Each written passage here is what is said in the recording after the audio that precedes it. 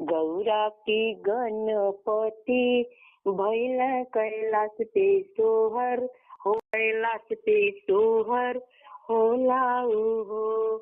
सखिया शिव जी लूटावन मोह हरिया हमारे गणपति भैला हमारे गणपति भैलन हो।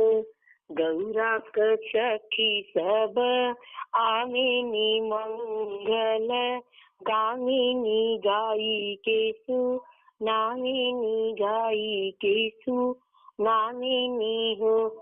सखिया शिव जी लूटावन मोह हरिया हमारे गणपति भैला हमारे गणपति भैलन हो।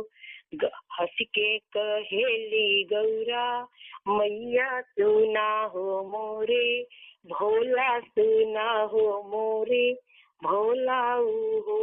भोला जोड़े जोड़े ले डुआ तावा गणेश जन्मे न गणेश जन्मन हो।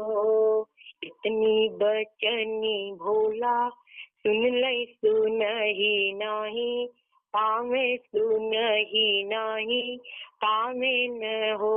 भोला जोड़े जोड़े ले डुआ पावे त गणेश के जन्मे गणेश जी के जन्मल हो।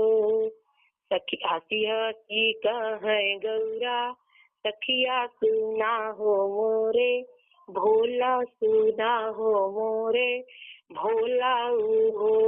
भोला जोड़े जोड़े ले डुआ की यवला अंगनवा फेरे नाचऊ अंगनवा फेरे नाचऊ।